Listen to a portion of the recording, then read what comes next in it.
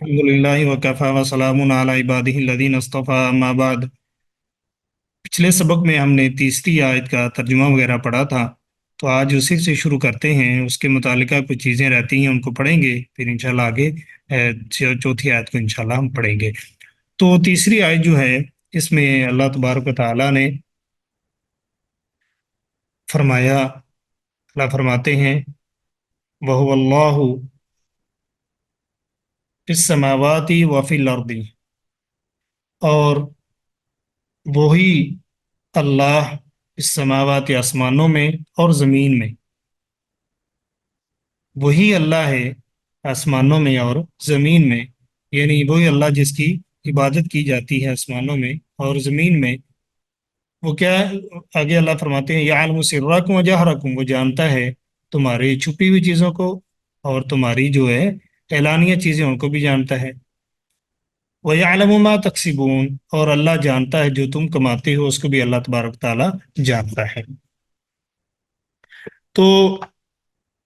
یہاں پہ پہلی آیت میں جب ہم نے یعنی آج کے سبق کی جو پہلی آیت ہے، اس میں اللہ تبارک و تعالیٰ کا اللہ تبارک و تعالیٰ کے بارے میں اللہ تعالیٰ اپنے بارے میں فرماتے ہیں وَهُوَ اللَّهُ فِي السَّمَاوَاتِ وَفِي الْأَرْضِ۔ اللہ تبارک و تعالیٰ جو ہے وہ اللہ تبارک و تعالیٰ کا علم جو ہے وہ ہر جگہ موجود ہے، اور اللہ کی عبادت کی جاتی ہے آسمانوں میں بھی اور زمین میں بھی۔ تو اس سے پہلے جو آیات تھی ان میں اللہ تبارک و تعالیٰ کی قدرت کو ذکر کیا گیا، کمال قدرت کا اس بات ہے، اور اس میں اللہ تبارک و تعالیٰ جیسے کہ پچھلی آیات میں ہم نے پڑھا، تو اس آیت میں اللہ تبارک و تعالیٰ کا علم جو ہے کامل علم، اس کا ثبوت ہے کہ یعنی وہی ہستی ہے جسے آسمانوں اور زمین میں اللہ کے نام سے پکارا جاتا ہے۔ آسمانوں میں اور زمین میں ایک ہی ذات ہے جسے اللہ کہہ کر پکارا جاتا ہے، جس کی آسمانوں اور زمین دونوں میں حکومت ہے، اور دونوں میں اس اکیلے ہی کی عبادت کی جاتی ہے۔ یعنی اللہ کی آسمانوں پہ بھی عبادت کی جاتی ہے اور زمین میں بھی اللہ تبارک تعالیٰ کی عبادت کی جاتی ہے۔ تو اس آیت یا اس طرح کی دوسری جو دیگر آیات ہیں، ان میں بعض لوگوں کو غلطی لگی،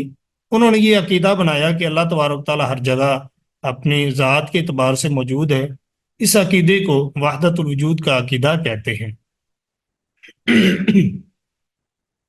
تو یہ جو عقیدہ ہے وحدت الوجود کا، یہ ایک صوفیانہ عقیدہ ہے، جس کی روح سے کہتے ہیں کہ جو کچھ بھی اس دنیا میں نظر آتا ہے وہ خالق حقیقی کی ہی مختلف شکلیں ہیں، اور خالق حقیقی کے وجود کا ایک حصہ ہے۔ اس عقیدے کا اسلام کی اساس سے کوئی تعلق نہیں ہے۔ قرآن و حدیث میں اس کا کوئی حوالہ بھی نہیں ملتا، یہ جو عقیدہ ہے کہ اللہ تبارک تعالیٰ ہر چیز میں موجود ہے۔ تو یہ جو لوگ یہ آیت جو ہے، یہ آیت اس آیت سے وہ لوگ کیا کرتے ہیں،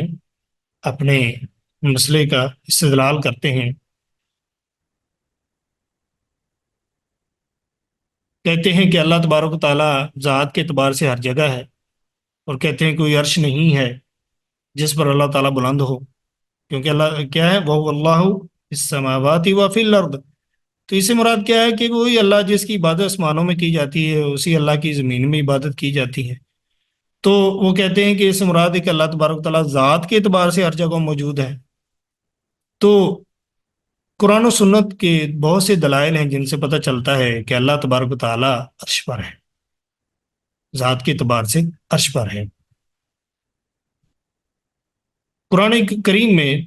تقریباً 18 ایسی جگہیں ہیں جن میں اللہ تبارک و تعالیٰ کے بارے میں ذکر ہے کہ اللہ عرش پر ہے، اور 8 یعنی اوپر اللہ تعالیٰ کے عرش کا ذکر ہے، اور 8 جگہوں پر یعنی تقریباً 10 جگہوں پہ ٹوٹل جو ہے وہ 18 ہے، تو 18 میں عرش کا ذکر ہے، اور 8 میں ایسی جن میں اللہ تعالیٰ کے عرش پر مستوی ہونے کا ذکر ہے۔ اللہ تعالیٰ فرماتے ہیں ان ربکم اللہ الذی خلق السماوات والارض فی ستۃ ایام ثم استوی علی العرش۔ اللہ تبارک و تعالیٰ نے زمین آسمان کو 6 دنوں میں بنایا، پھر اللہ تبارک و تعالیٰ مستوی ہوئے عرش پر۔ ایسے ہی اور بہت سی ادلہ ہیں، سورہ ملک کی آیت ہے آمنتم من فی السماء ان یخسف بکم الارض فاذا ہی تمور، یعنی جو وہ اللہ، کیا تم بے خوف ہو گئے ہو اس سے جو آسمان میں ہے یعنی ہمارے اوپر ہے۔ اسی طرح نبی کریم صلی اللہ علیہ وسلم، جیسے کہ میں نے آپ کو ایک واقعہ بھی پچھلے سبق میں بتایا کہ ایک لونڈی جو تھی، اس سے آپ نے سوال کیا تھا کہ اللہ کہاں ہے، این اللہ؟ اس نے کہا کہ اللہ تبارک و تعالیٰ کیا ہے، آسمان میں ہے۔ تو آپ نے پوچھا کہ میں کون ہوں؟ وہ کہنے لگی کہ آپ اللہ کے رسول ہیں۔ تو آپ صلی اللہ علیہ وسلم نے اس لونڈی کے مالک سے فرمایا اس کو آزاد کر دو، فإنہا مؤمنہ، یہ مومنہ ہے۔ یہ صحیح مسلم کی روایت ہے۔ ایسے ہی اور بھی بہت سی ادلہ ہیں جن سے پتہ چلتا ہے کہ اللہ تبارک و تعالیٰ اوپر ہے، عرش پر مستوی ہے۔ عبداللہ ابن عمرو بن العاص رضی اللہ تعالیٰ عنہ سے روایت ہے، کہتے ہیں کہ نبی کریم صلی اللہ علیہ وسلم نے فرمایا الراحمون یرحمہم الرحمن یرحموا من فی الارض یرحمکم من فی السماء۔ اللہ تعالیٰ نے، نبی صلی اللہ علیہ وسلم نے فرمایا جو ہے نا، اللہ تعالیٰ رحم کرنے والوں پر رحم کرتا ہے، تم ارحموا من فی الارض، جو زمین میں ہے ان پر تم رحم کرو، یرحمکم من فی السماء، جو آسمانوں میں ہے وہ تم پر رحم کرے گا۔ اس سے پتہ چلا کہ اللہ تبارک و تعالیٰ کیا ہے، اوپر ہیں، آسمانوں پہ ہیں۔ تو یہ جو آیت ہے اس میں بھی اس بات کا ذکر ہے کہ اللہ تبارک و تعالیٰ جو ہے وہ آسمان میں ہے، یعنی وہ اللہ جس کی آسمانوں میں عبادت کی جاتی ہے وہی اللہ ہے جس کی کیا ہے، زمین پر بھی عبادت کی جاتی ہے۔ تو اس سے اس طرح کا عقیدہ مراد لینا یہ درست نہیں ہے کہ اللہ تبارک و تعالیٰ جو ہے وہ ہر جگہ موجود ہے۔ تو اللہ تبارک و تعالیٰ فرماتے ہیں کہ اللہ ہی وہ ہے جو آسمانوں میں ہے، معبود ہے، اس کی عبادت کی جاتی ہے، اور زمین میں بھی۔ یعلم سرکم، اللہ تبارک و تعالیٰ تمہاری جو پوشیدہ چیزیں ہیں ان کو بھی جانتا ہے۔ پوشیدہ کو اللہ تبارک و تعالیٰ کیا ہے، جانتا ہے، اللہ تبارک و تعالیٰ کے علم میں ہے۔ تو پوشیدہ سے مراد کیا ہے؟ جو انسان کے سینے میں ہوتا ہے، جو انسان کے دل میں ہے، اس کا اللہ تبارک و تعالیٰ کا علم ہے۔ تو جو پوشیدہ چیز ہوتی ہے نا، وہ دو قسموں کی ہوتی ہے۔ ایک تو وہ ہوتی ہے چیز جو انسان اپنے دل کے اندر جس کو پوشیدہ رکھتا ہے، ایسا خیال، ایسی کوئی چیز، بات جس کو انسان دل کے اندر کیا کرتا ہے، دل کے اندر رکھتا ہے، اس کے دل میں ہے بات، اس نے نکالا نہیں، اس کو کسی کے پاس سامنے اظہار نہیں کیا۔ ایک سر یہ بھی ہے۔ اور دوسری قسم کیا ہے کہ انسان کسی دوسرے سے بات کرتا ہے لیکن کیا کرتا ہے، مخفی طریقے سے کرتا ہے، کسی اور کو بتاتا نہیں ہے، صرف کسی خاص بندے سے خفیہ طریقے سے کیا کرتا ہے، اپنی بات کو شیئر کرتا ہے، یہ بھی سر ہے۔ تو یہ جو سر ہے، اللہ تعالیٰ فرماتے ہیں یا عالم سرکم، اللہ تعالیٰ تمہارے پوشیدہ کو جانتا ہے، یعنی انسان دل میں چھپائے یا کسی کو خفیہ طور پر بتائے، اس کو بھی اللہ تبارک تعالیٰ جانتے ہیں۔ دونوں صورتوں کو، چاہے دل میں ہے بات یا دوسرے کو بتائی، اس کو اللہ تبارک تعالیٰ کیا ہے، جانتے ہیں۔ انسان بولے نہ بھی ابھی دل میں ہے تو اس کو بھی اللہ تعالیٰ جانتے ہیں۔ وَيَعْلَمُ مَا تَكْسِبُونَ، اور اللہ تبارک تعالیٰ جانتے ہیں جو تم کماتے ہو۔ یعنی انسان خیر کرتا ہے، اچھے کام کرتا ہے، برے کام کرتا ہے، دین میں لگا ہوا ہے، دنیا میں لگا ہوا ہے، انسان کو علم کی بات کرتا ہے، علم کے علاوہ کوئی بات کرتا ہے، جو بھی انسان کام کرتا ہے اللہ تبارک و تعالیٰ کے علم میں ہے۔ اللہ تبارک و تعالیٰ سے کوئی چیز بھی مخفی نہیں ہے۔ تو اس آیت میں یہ پتہ چلا کہ اللہ تبارک و تعالیٰ جو ہیں انسان کا علم رکھتے ہیں، جو بھی انسان کچھ کرتا ہے دل میں چھپاتا ہے یا اس کا اظہار کرتا ہے، جو کام بھی کرتا ہے انسان، اللہ تبارک و تعالیٰ اس کو جانتے ہیں۔ اللہ تبارک و تعالیٰ سے کوئی چیز بھی مخفی نہیں ہے۔ جی، ہم دوسری آیت جو ہے آج کے سبق میں، آیت نمبر 4 جو ہے، جی سکرین نظر آ رہی ہے آپ کو؟ سکرین پہ یعنی جی تفصیل، جی سر، آ رہی ہے۔ جی تو دیکھیں اللہ تبارک و تعالیٰ فرماتے ہیں وما تأتیہم، وما اور نہیں، وما اور نہیں، یہ جو لکھا ہوا ہے نا اوپر آپ دیکھیں گے، یہ 2 نمبر حاشیہ لگا ہوا ہے نیچے، اس میں یہ بات بتائی گئی ہے کہ ما اس کا معنی نہیں کا بھی ہوتا ہے، ما کا معنی جو بھی ہوتا ہے، تو سیاق سے جو ہے نا وہ معنی واضح ہوتا ہے کہ کون سا معنی کرنا ہے۔ تو یہاں پہ وہ کہنا چاہتے ہیں کہ ما جب اللہ سے پہلے آ جائے، یہ دیکھیں آیت کے اندر آگے اللہ بھی آتا ہے، من آیات ربیہم اللہ، تو اللہ سے پہلے اگر ما آ جائے تو اس کا معنی نہیں کا کرتے ہیں، یہ نہیں کنفرم ہے معنی اس کا کیا کرنا، نہیں کا معنی کرنا۔ تو اللہ فرماتے وما، اور واو اور، ما نہیں، تأتیہم آتی ان کے پاس۔ تو یہ جو تا ہے نا، یہ فعل کے شروع میں لگی ہوئی، یہ مؤنث کی علامت ہے، اس کا کوئی الگ ترجمہ نہیں کریں گے کہ اس کا کوئی خاص معنی کریں۔ تو تأتیہم ان کے پاس، یہ ضمیر ہم جو ہے، ہم یہ جمع کی ضمیر ہے، اس لیے ان کے پاس معنی کیا۔ تأتی، یہ تا جو ہے، اس کو، اس کا کلر تو الگ ہے لیکن معنی کو الگ نہیں کریں گے، کیونکہ یہ کیا ہے، مؤنث کی علامت ہے، فعل یعنی مؤنث واقع ہوا ہے، اس لیے یہ تا شروع میں آئی ہے۔ تأتیہم آتی ان کے پاس، من آیتین کوئی نشانی، کوئی نشانی، آیا کہتے ہیں نشانی کو،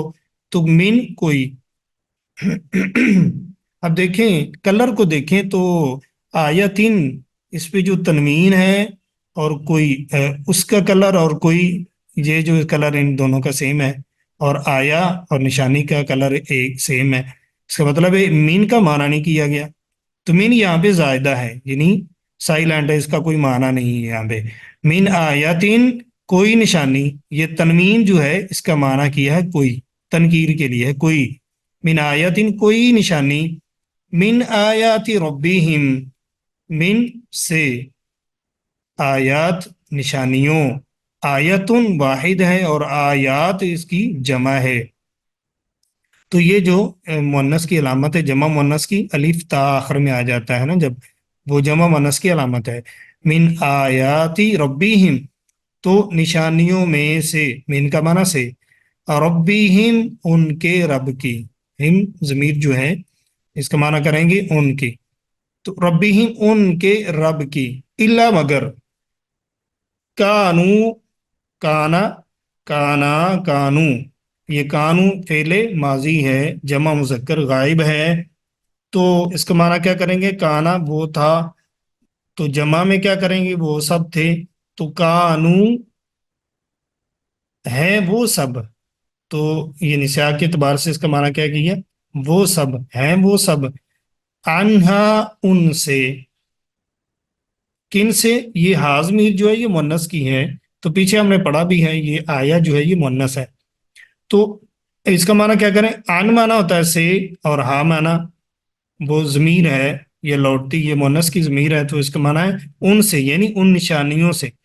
معرضین سب اعراض کرنے والے، منہ پھیرنے والے، معرض، معرضن یہ واحد ہے، اور اس کے آخر میں کچھ اضافہ ہوا ہے جس سے یہ کیا بن گیا ہے، جمع بن گیا ہے، واو اور نون لگا، یہ اس کی جو نسبی حالت ہوتی ہے، جب یہ جرری حالت ہوتی ہے تو پھر کیا کرتے ہیں، یا ساکن ہوتی ہے اور اس سے پہلے کسرہ آ جاتا ہے، اس کے بعد نون مقطوع ہوتا ہے، یہ جمع مذکر کی اسم جو فاعل ہوتا ہے اس کی علامت ہوتی ہے جب جمع آتا ہے، تو سب اعراض کرنے والے۔ تو اب ہم آتے ہیں، یہ تھا اس کا لفظی معنی، جیسے یہ دیکھیں 7 نمبر آج کے میں دکھانے کے لیے آپ کو، 7 نمبر میں کیا لکھتے ہیں، کہتے ہیں شروع میں میم پیش منہ اور آخر سے پہلے زیر میں کرنے والے کا مفہوم ہے، شروع میں میم کے اوپر پیش اور آخر سے پہلے جو ہے نا وہ زیر آئی ہے، تو اس سے کیا ہے، کرنے والے، یعنی اسم فاعل کا معنی دے رہا ہے، کرنے والا یعنی اسم فاعل کو کہا جاتا ہے نا کرنے والا، تو اس کا معنی دیتا ہے۔ تو آیت نمبر جو 4 ہم نے پڑھی ہے، اس میں اللہ تعالیٰ فرماتے ہیں ان کے پاس کوئی بھی نشانی نہیں آتی تھی ان کے رب کی نشانیوں میں سے، مگر وہ اس سے کیا کرتے تھے، اعراض کرتے تھے۔ تو ان آیات سے مراد وہ احکام بھی ہیں جو آیات کی صورت میں انبیاء علیہم السلام پر اترتے رہے، اور وہ معجزات بھی ہیں جو نبوت کی دلیل کے طور پر اترتے رہے ہیں۔ تو 2 صورتیں ہو سکتی ہیں، وہ انبیاء علیہ السلام بھی ہیں، اور اسی طرح وہ معجزات ہیں جو اللہ تبارک و تعالیٰ اپنے انبیاء علیہ السلام پر نازل کرتا تھا لوگوں کو، ان کی انبیاء علیہ السلام اللہ تعالیٰ سے مانگتے بھی تھے، یا نشانی کے طور پر اللہ تبارک و تعالیٰ دیتے تھے، جیسا کہ بہت سی مثالیں موجود ہیں، پچھلی جو انبیاء ہیں نبی صلی اللہ علیہ وسلم سے پہلے ان کے پاس بھی ہے، بہت سے معجزات آئے، موسیٰ علیہ السلام کے معجزات کا ذکر قرآن پاک میں بہت جگہ پہ ہے، جیسے عصا کا وہ سام بن جانا، وہ لاٹھی جو تھی وہ سام بن جاتی تھی، اسی طرح اور بہت سی نشانیاں تھیں جو اللہ تبارک تعالیٰ نے انہیں عطا کی تھی۔ اس کے علاوہ زمین و آسمان میں موجود وہ بے شمار نشانیاں بھی ہیں جو اللہ تبارک تعالیٰ کے وجود اور اس کی وحدانیت کی دلیل ہیں۔ بہت سی نشانیاں ہیں جو اس بات جس سے یعنی جو اللہ تعالیٰ کی وحدانیت پر کیا کرتی ہیں، دلالت کرتی ہیں اور دلیل ہیں۔ تو اللہ تبارک و تعالیٰ نے اس آیت میں فرمایا کہ ان کے پاس جو بھی کوئی نشانی آتی تھی وہ کیا کرتے تھے، اس سے اعراض کرتے تھے، منہ موڑ لیتے تھے۔ اس کے بعد اگلی آیت میں دیکھیں جی، آیت نمبر 5، فَقَدْ كَذَّبُوا بِالْحَقِّ لَمَّا جَاءَهُمْ فَسَوْفَ يَأْتِيهِمْ أَنْبَاءُ مَا كَانُوا بِهِ يَسْتَهْزِئُونَ۔ فَقَدْ كَذَّبُوا، تو قد یقیناً، تحقیق کے معنی یقیناً کے معنی میں آتا ہے، تو یقیناً کذبوا ان سب نے جھٹلا دیا، کذبا کذبو جمع مذکر ہے، ان سب نے جھٹلا دیا، فعل ماضی بھی ہے اس لیے دیا کا معنی ہے یعنی گزرا ہوا، بالحق اس حق کو، لما جب، جاءہم وہ آیا ان کے پاس، جب حق ان کے پاس آیا تو انہوں نے اس کو کیا کر دیا، جھٹلا دیا۔ جا یہ بھی فعل ہے ماضی ہے، واحد مذکر ہے، ہم یہ ضمیر ہے، آیا وہ ان سب کے پاس، فسوفا تو انقریب، سوفا مانا انقریب ہوتا ہے، سین اور سوفا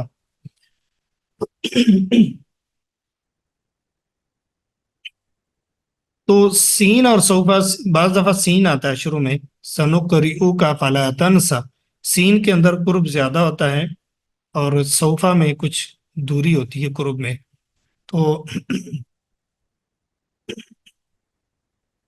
فسوفا تو انقریب، یتیہم آئیں گی ان کے پاس، یتیہم آئیں گی ان کے پاس، کیا آئیں گی وہ آگے موجود ہیں، انباؤ خبریں، کس کی، انجام کی، ما کانو ما جو کہ، اب دیکھیے یہاں پہ مانا ہم نے جو کیا ہے اور پیچھے ہم نے پڑھا تھا کہ اللہ سے پہلے اگر ما آ جائے تو اس کا معنی کیا کرنا ہے، نہیں کا معنی کرنا ہے۔ کانو تھے وہ سب، بھی اس کے ساتھ، یستہزئون وہ سب مذاق اڑایا کرتے تھے۔ تو اللہ تبارک و تعالیٰ نے شاید میں فرمایا کہ ان کے پاس انہوں نے حق کو جھٹلا دیا، جب ان کے پاس آ گیا، عنقریب ان کے پاس خبریں آئیں گی اس چیز کی جس کا وہ کیا کرتے تھے، مذاق اڑایا کرتے تھے۔ تو یہاں سے مراد حق جو ہے، اللہ تعالیٰ نے فرمایا فقط کذبوا بالحق، حق کو انہوں نے جھٹلا دیا۔ حق سے مراد کیا ہے؟ حق سے مراد قرآن کریم بھی ہو سکتا ہے یا پھر نبی کریم صلی اللہ علیہ وسلم کی ذات بھی۔ ان دونوں کا دعویٰ یہ تھا کہ اسلام ہی بالآخر غالب آ کے رہے گا۔ قرآن پاک بھی یہی، قرآن پاک ہے یہی حکم بتاتا ہے ہمیں، اور نبی کریم صلی اللہ علیہ وسلم نے یہی بتایا کہ اسلام جو ہے وہ غالب آ کر رہے گا۔ تو کفار مکہ جو تھے بالخصوص اس بات کا مذاق اڑاتے تھے کہ یہ کمزور سی مٹھی بھر جماعت ہے جسے کھانے پینے کی چیزیں بھی میسر نہیں آتی، اور یہ اتنے اتنے محلات کے خواب دیکھتے ہیں۔ تو اسی کے جواب میں اللہ تبارک و تعالیٰ نے فرمایا کہ عنقریب ان لوگوں کے ایسی خبریں آنے لگیں گی جس میں کیا ہوگا، مسلمانوں کی کامیابی کی پیشین گوئیاں ہوں گی، اور یہ جو چیزیں ہیں، یہ جو باتیں ہیں، یہ اللہ تبارک و تعالیٰ نے ان کو پورا بھی کیا ہے، جیسا کہ قرآن پاک میں اس کا ذکر بھی ملتا ہے۔ تو جیسا کہ آپ کو پتہ ہے شروع دور میں بہت حالات مشکل رہے مسلمانوں کے، لیکن اس کے بعد اللہ تبارک و تعالیٰ نے آسانیاں پیدا کی، اور یہ سب جو جس بات کی خبر نبی کریم صلی اللہ علیہ وسلم نے دی تھی وہ اسی طرح کیا ہے، پوری ہوئی۔ اللہ تبارک و تعالیٰ نے فتوحات سے نوازا، بہت سی فتوحات ملی۔ نبی کریم صلی اللہ علیہ وسلم کے دور میں فتوحات کا سلسلہ جو ہے وہ شروع ہو چکا تھا۔ تو اللہ تعالیٰ فرماتے ہیں فقد کذبوا بالحق لما جاءهم فسوف يأتيهم انباء ما كانوا به يستهزئون. تو اللہ تبارک و تعالیٰ نے اس سے پہلے جو آیات ہیں ان میں توحید اور آخرت کو ثابت کیا ہے، اور اس آیت میں اللہ تبارک و تعالیٰ جو ہے وہ تقلید کا جو ہے وہ باطل ہونا وہ ثابت یہاں سے کر رہے ہیں، یعنی اس آیت سے تقلید کا باطل ہونا جو ہے وہ ثابت ہو رہا ہے۔ حق سے مراد نبی کریم صلی اللہ علیہ وسلم ہے اور آپ پر اترنے والی کتاب ہیں، اور کفار جس چیز پر ہنستے تھے وہ آخرت اور اس میں پیش آنے والی معلومات ہیں۔ اللہ تبارک و تعالیٰ کے وہ وعدے جو اللہ تبارک و تعالیٰ نے قرآن پاک میں مسلمانوں سے کیے، وہ یہ تھا کہ دین اسلام کیا ہے وہ غالب آئے گا، دشمن جو ہیں وہ مغلوب ہوں گے۔ تو یہ جو وعدے تھے یہ جب کفار سنتے تو وہ کیا کرتے، مذاق اڑاتے تھے۔ تو لیکن ایسا ہوا کہ جب مسلمان مدینہ منورہ پہنچے، ہجرت ہوئی، ہجرت کا حکم دیا گیا، تو پھر ایسے واقعات پیش آئے جن میں یہ جو وعدہ تھا وہ حقیقت بن کر سامنے آیا، اور پھر ان لوگوں کی آنکھیں کیا ہیں، بند ہونے لگیں۔ اب دیکھیں یہی لوگ جو ہیں جو مذاق اڑا رہے تھے، ایک وقت آیا کہ نبی کریم صلی اللہ علیہ وسلم جو ہیں وہ فاتح بن کر کیا ہیں داخل ہو رہے ہیں، کہاں پہ، مکہ مکرمہ میں، اور یہ سب جو ہیں وہ مشرکینوں کے جو غلبہ تھا وہاں پہ وہ سارا ٹوٹ گیا، بلکہ اسلام پھیلا اور پھر پوری دنیا میں یہ پہنچا ہے اسلام۔ تو اللہ تعالیٰ نے جو وعدے کیے ہیں وہ کیا ہیں، پورے ہونے والے ہیں۔ تو کافر جو لوگ تھے وہ کیا کرتے تھے، مذاق کرتے تھے۔ تو یہ ان کا شیوہ ہے، پہلے بھی ایسا ہوتا تھا کہ انبیاء کرام جب بیان کرتے بتاتے ان کو تو وہ آگے سے مذاق کرتے تھے۔ دیکھیں نوح علیہ السلام بہت وصیت کی، اپنی قوم کو سمجھایا، لیکن جب اللہ تعالیٰ نے انہوں نے دعا کی تو اللہ تعالیٰ نے حکم دیا کہ آپ کشتی تیار کریں، تو کشتی وہ تیار کر رہے تھے، تو لوگ جب ان کے پاس سے گزرتے تھے تو ان سے مذاق کرتے تھے۔ تو اللہ تبارک و تعالیٰ نے ان کی دعا کو قبول کیا، اور اللہ تبارک و تعالیٰ نے پھر وہ ان سب کو کیا کر دیا، غرق کر دیا۔ تو اللہ تبارک و تعالیٰ اپنے بندوں کی مدد فرماتے ہیں، یہاں پہ انبیاء علیہ السلام کی مدد کی، پریشانیاں مصیبتیں آتی ہیں، تکلیفیں آتی ہیں، اللہ تعالیٰ آزماتا ہے اپنے بندوں کو۔ انبیاء علیہ السلام سب سے زیادہ آزمائے جاتے ہیں، لیکن آزمائش کے باوجود وہ استقامت اختیار کرتے ہیں، اپنی دعوت جو ہے اس کو چھوڑتے نہیں ہیں، دعوت دیتے ہیں۔ نبی کریم صلی اللہ علیہ وسلم پر بہت سی آزمائشیں آئی ہیں، لیکن آپ نے دعوت کو نہیں چھوڑا، بتایا ہے لوگوں کو، اور جو اللہ تعالیٰ نے اپنے بندوں سے وعدے کیے تھے نصرت کے وہ اللہ تعالیٰ نے پورے کیے ہیں۔ اور صحابہ کرام اللہ تعالیٰ نے نبی صلی اللہ علیہ وسلم کو ایسے ساتھی دیے جنہوں نے ان آیات پر کیا کیا، عمل کیا، اور اللہ تعالیٰ کے وعدوں پر ایمان رکھا، یقین رکھا۔ بالآخر کیا ہوا، اللہ تبارک و تعالیٰ نے ان وعدوں سے جو جو وعدے کیے تھے اللہ تعالیٰ نے اپنے بندوں سے ان کو پورا کیا، اور اللہ تعالیٰ نے مسلمانوں کو غلبہ اور فتح عطا فرمائی ہے۔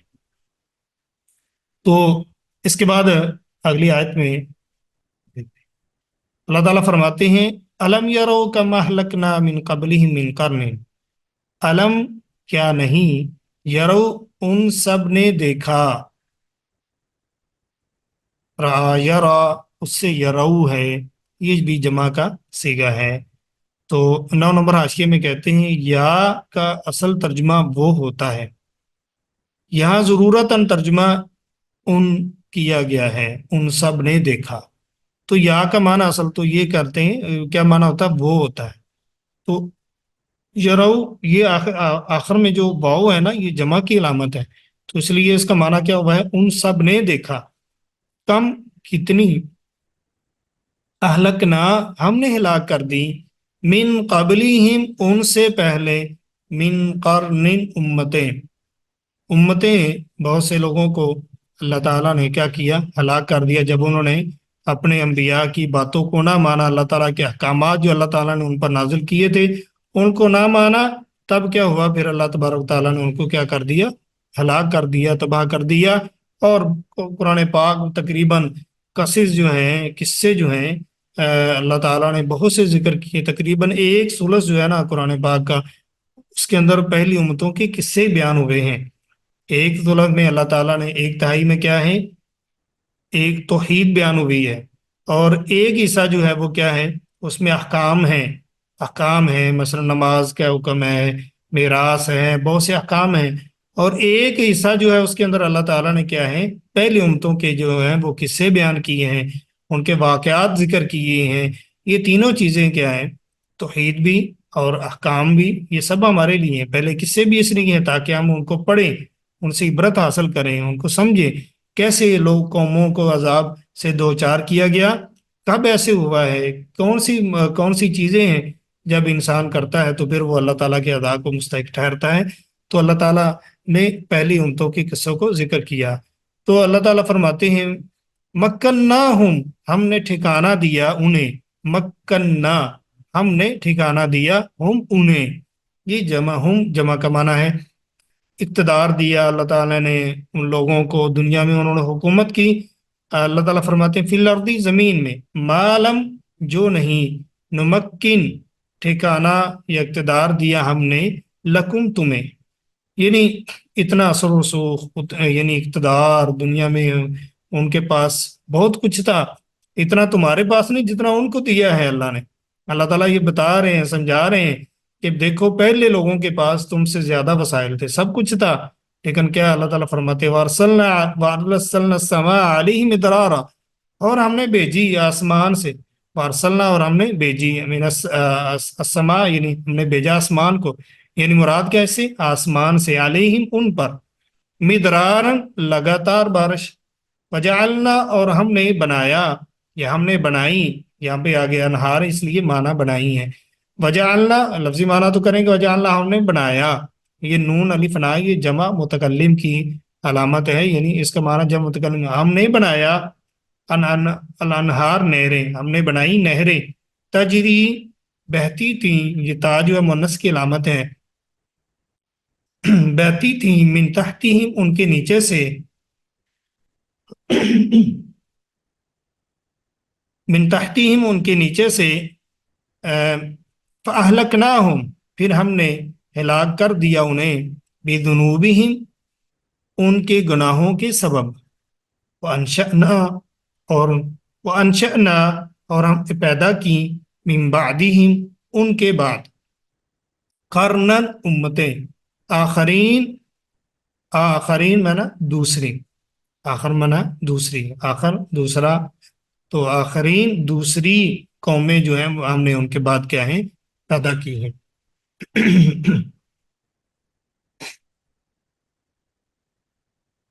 اللہ تبارک و تعالیٰ نے اس آیت میں قوموں کے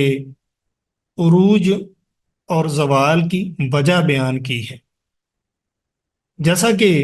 پہلے قوم عاد، قوم ثمود، قوم نوح اور آل فرعون وغیرہ بے شمار ایسی اقوام ہیں جنہیں تم سے بڑھ کر اللہ تعالیٰ نے کیا کیا، اقتدار بخشا۔ صالح علیہ السلام کی قوم کیا ہے، ہاتھوں سے وہ گھر بنا لیتے، کہاں پہ، پہاڑوں کے اندر، پہاڑوں کو، وَكَانُوا يَنْحِتُونَ مِنَ الْجِبَالِ بُيُوتًا آمِنِينَ، اللہ تعالیٰ فرماتے ہیں کہ وہ کیا کرتے تھے، اپنے کوریدتے تھے پہاڑوں کے اندر سے، وہ کیا کرتے، اپنے لیے گھر بناتے تھے، پہاڑوں کو قریب، یہ بھی آگے اب بھی ان کے نشانات موجود ہیں، مدائن صالح کے نام سے سعودی عربیہ کے اندر یہ موجود ہیں، گھر ان کے بنے ہوئے پہاڑوں کے اندر موجود ہیں۔ مدینہ منورہ سے تقریباً یہ تقریباً 400 کلومیٹر فاصلے پر موجود ہیں ان کے آثار ابھی تک، صالح علیہ السلام کی قوم کے، پہاڑوں کے اندر گھر بناتے تھے۔ اور اس سے پہلے جس قوم کو عذاب آئے ان پر اللہ تعالیٰ نے تیز ہوا چلا دی، وہ سب جو ہے وہ ختم ہو گئے۔ تو انہوں نے کہا کہ ہم کیا کرتے ہیں، ہم گھر بناتے ہیں غاروں کے اندر، یعنی پہاڑوں کے اندر گھر بناتے ہیں تاکہ ہوا وغیرہ جو ہم پر اثر انداز نہ ہو۔ تو ان لوگوں نے بھی جب اللہ تعالیٰ کی نافرمانیاں کی اور صالح علیہ السلام نے سے کہا، تو اللہ تعالیٰ نے ایک اونٹنی جو نشانی کے طور پر دی، تو انہوں نے اس کی کیا کر دیا، قتل کر دیا، اس کو مار دیا۔ تو پھر اللہ تبارک تعالیٰ کی طرف سے جب عذاب آیا، اب دیکھو انہوں نے بچاؤ اختیار کیا، پہاڑوں کے اندر ہیں، لیکن اللہ تبارک تعالیٰ ہر چیز پر قادر ہے، جیسے چاہے وہ کر سکتا ہے۔ اللہ تبارک تعالیٰ نے ان پر چیخ کا عذاب بھیجا، بہت زیادہ چیخ تھی، جس سے وہ کیا، ان کے کلیجے پھٹ گئے، ختم ہو گئے وہ سارے۔ تو یہ لوگ بہت طاقتور تھے، فرعونیوں کے ابھی تک گھر دیکھیں اتنے وہ بڑے ہوئے ہیں، بہت طاقتور تھے اس وقت، اتنی مشینری بھی نہیں تھی جتنے انہوں نے کام کی جس طرح کے، تو اللہ تعالیٰ نے ان کو بہت طاقت دی ہوئی تھی۔ تو اس کے باوجود ساتھ میں کیا تھا، کھانے پینے کی بہت فراوانی تھی، خوشحالی تھی، سرسبز ان کے کھیت سے نہریں تھیں ان کے پاس، لیکن جب انہوں نے انبیاء علیہ السلام کی تکذیب کی، کفر کیا، نافرمانیوں میں حد سے بڑھ گئے، تو پھر کیا ہے، اللہ تبارک و تعالیٰ نے ان کو ان کی کرتوتوں کی وجہ سے اللہ تبارک و تعالیٰ نے ان کو ہلاک کر دیا۔ پھر اللہ تعالیٰ نے کسی دوسری قوم کو ان کا جانشین بنایا۔ اس طرح زمین کی آباد کاری کا جو خلل ہے وہ یعنی وہ پورا ہوتا رہے، ایک قوم گئی ہے تو دوسری قوم کو اللہ تبارک تعالیٰ نے پیدا کیا، دوسری قوم آئی دنیا میں، لیکن کیا ہوا، اس قوم نے دوبارہ پھر کیا کی، سرکشی کی، تو اللہ تبارک تعالیٰ نے ان کو مٹا دیا۔ تو اللہ تبارک تعالیٰ کی یہ سنت ہے، اللہ تبارک تعالیٰ لوگوں کو پیدا کرتے ہیں، تو جب نافرمانیاں ہوتی ہیں، بغاوت کرتے ہیں، تو پھر اللہ تبارک تعالیٰ کی طرف سے عذاب آتا ہے۔ اب دیکھیں یونس علیہ السلام کی قوم ہے، اللہ تعالیٰ کی نافرمانی کی، یونس علیہ السلام ناراض ہو کر نکل پڑے، لیکن کیا ہے کہ قوم نے فوراً کیا کر لی، توبہ کر لی، اللہ تعالیٰ سے معافی مانگ لی، اللہ تبارک تعالیٰ نے ان کو عذاب سے بچا لیا۔ تو اللہ تبارک تعالیٰ فرماتے ہیں انسان اگر توبہ کرنے والا ہے نا، اللہ تعالیٰ سے معافی مانگنے والا ہے، تو اللہ تعالیٰ انسان سے درگزر فرماتے ہیں۔ اللہ تعالیٰ فرماتے ہیں ما یغفر اللہ بعذابکم ان شکرتم وآمنتم، اللہ تعالیٰ تمہیں عذاب دے کے کیا کرے گا، تم کیا کرو، اللہ کا شکر ادا کرو اور تم اللہ پر ایمان لے آؤ۔ تو اللہ تبارک و تعالیٰ چاہتے ہیں میرا بندہ کیا کرے، میرے ساتھ میری عبادت کرے، میری بات کو مانے۔ جب انسان حد سے بڑھتا ہے، نافرمانیاں کرتا اللہ تعالیٰ کی، تب اللہ تبارک و تعالیٰ کیا کرتے ہیں، انسان پر مصیبتیں عذاب آتے ہیں۔ پہلی قومیں ایسے ہی تباہ ہوئی ہیں، تو اللہ تعالیٰ فرما رہے ہیں کہ پہلی قوموں کو دیکھو ان کو تباہ کیا گیا، وجہ کیا تھی، نافرمانی تھی۔ تو اگر ایسے ہوگا تم بھی کرو گے تو تم بھی کیا ہو جاؤ گے، عذاب سے دو چار ہوگے۔ تو دیکھیں پہلے کتنی اللہ تعالیٰ نے ان کو کتنی صلاحیتیں دی، کتنا کچھ ان کے پاس تھا، اس سے کے باوجود کیا ہوا، وہ ایمان نہ لائے، تو اللہ تعالیٰ نے ان پر عذاب کو نازل کیا ہے۔ تو ایسے ہی ہمیں بھی چاہیے، اللہ نبی کریم صلی اللہ علیہ وسلم نے فرمایا، نبی کریم صلی اللہ علیہ وسلم نے اللہ تعالیٰ سے دعا کی تھی، دعا اس بارے میں ہے کہ یا اللہ میری قوم کو نا سب کو عذاب سے دو چار نہیں کرنا۔ تو اللہ تبارک تعالیٰ نے آپ صلی اللہ علیہ وسلم کی دعا کو قبول فرمایا ہے کہ پوری قوم ایز اے قوم جو ہے، پوری قوم جو ہے وہ عذاب سے دو چار نہیں ہوگی، کہ ساری کی ساری قوم جو ہے وہ اس پر اللہ تعالیٰ کی طرف سے عذاب آئے اور ساری ختم ہو جائے۔ یہ اللہ تبارک و تعالیٰ نے نبی کریم صلی اللہ علیہ وسلم کی دعا کو قبول فرمایا ہے، لیکن جزوی طور پر کیا ہے، عذاب آتے رہیں گے۔ آپ صلی اللہ علیہ وسلم فرمایا نافرمانی کی وجہ سے خسف بھی ہوگا، زمین میں لوگوں کو دنسایا جائے گا۔ اسی طرح آپ نے فرمایا لوگوں کے چہرے بھی بدل جائیں گے اللہ تعالیٰ کی نافرمانی کی وجہ سے، زلزلے بھی آئیں گے، یعنی زمین میں خسف ہوگا، لوگ دنسائے جائیں گے، صورتیں بدلی جائیں گی، اور پتھروں کی بارش، بہت سی اس عذاب کی صورتیں ہوں گی، لیکن پوری کی پوری امت جو ہے وہ عذاب سے دو چار نہیں ہوگی کہ ساری امت کو ختم کر دیا جائے، ایسا نہیں ہوگا، بلکہ مختلف جگہوں پہ عذاب آتا رہے گا۔ اور ہم دیکھتے ہیں بہت سے ایسے ہوتا ہے، کبھی زلزلہ آتا ہے، لوگ کیا کتنے لوگ جو ہیں وہ اچانک موت کے منہ میں چلے جاتے ہیں۔ تو بہرحال اللہ تبارک تعالیٰ نے شاید میں فرمایا کہ انہوں نے دیکھا نہیں کہ ان کے پاس کتنا کچھ تھا، ان کے پاس نہریں تھیں، سرسبز باغ تھے، سب کچھ تھا، لیکن کیا ہوا، پھر جب انہوں نے اللہ تعالیٰ کی نافرمانی کی، اللہ تعالیٰ انبیاء کو جھٹلا دیا، تو اللہ تبارک تعالیٰ نے ان کو عذاب سے دو چار کیا۔ اللہ تعالیٰ فرماتے ہیں اس اگلی آیت میں کہ دیکھیں یہ اتنے لوگ دور ہیں نبی کریم صلی اللہ علیہ وسلم کی دعوت سے، کہ اللہ تعالیٰ نے ہی بیان کیا کہ اگر ان کو ایسی کتابیں دے دی جائے نا پھر بھی ایمان نہیں لائیں گے۔ کیسے اللہ تبارک تعالیٰ نے اس کا ذکر کیا، اللہ تعالیٰ فرماتے ہیں وَلَوْ نَزَّلْنَا عَلَيْكَ كِتَابًا، اور اگر ہم نے اتاری ہوتی، نزلنا ہم نے اتاری ہوتی، علیکہ آپ پر، کتاباً کوئی کتاب، فی قرطاس کاغذ میں، یعنی لکھی ہوئی ہوتی، فلمسوہ پھر، کا مانا پھر، لمسوہ وہ سب چھو لیتے اسے، وہ مانا اسے، وہ ضمیر ہے یہ لوٹ رہی کس کی طرف، اس کتاب کی طرف لکھے ہوئے اورا کی طرف، بِأَيْدِيهِمْ اپنے ہاتھوں سے، لَقَالَ ضرور کہہ دیتے، الذین وہ لوگ جن کفرو سب نے کفر کیا، ان نہیں ہے ہاذا یہ الا مگر، یہ جو ان ہے یہ بھی اللہ کی وجہ سے اس کا معنی نہیں ہوا ہے، ما یا ان وغیرہ آ جائے تو معنی نہیں کرتے ہیں، سحر مبین واضح جادو، تو انہوں نے کہا یہ کیا ہے، واضح جادو ہے۔ جب ان کے پاس کیا اللہ کی طرف سے پیغام آ گیا، اللہ تعالیٰ نے یہاں پہ مثال دی ہے کہ یہ جو لوگ ایسے ہیں اللہ تبارک و تعالیٰ نے اس آیت میں ان لوگوں کا ذکر کیا جو انبیاء علیہ السلام کے معجزات کی الٹی سیدھی کیا کرتے ہیں، تعویلیں کرتے ہیں، انہیں جھٹلاتے ہیں۔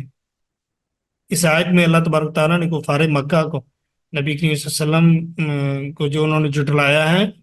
جھٹلانے کی جو ان کی اس سے انہوں نے فرمائشیں بھی کی، جھٹلایا اور فرمائشیں کرتے تھے کہ اگر ایسا ہوگا تو ہم ایمان لائیں گے، ایسا ہوگا پھر ایمان لائیں گے، تو یہ فرمائشیں کرتے تھے کہ ایسے یہ چیز پوری ہوگی، ہم دیکھیں گے اپنی آنکھوں سے تو پھر ہم ایمان لائیں گے۔ تو اللہ تبارک تعالیٰ فرماتے ہیں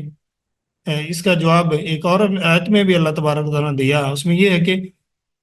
یہ لوگ اس وقت تک ایمان نہیں لائیں گے، یعنی تم اگر کیا کرو آسمان پر چڑھنے کا یقین بھی ہو جائے، یعنی آسمان سے ان پر کتاب نازل ہو، یہ اس کو دیکھ بھی لیں،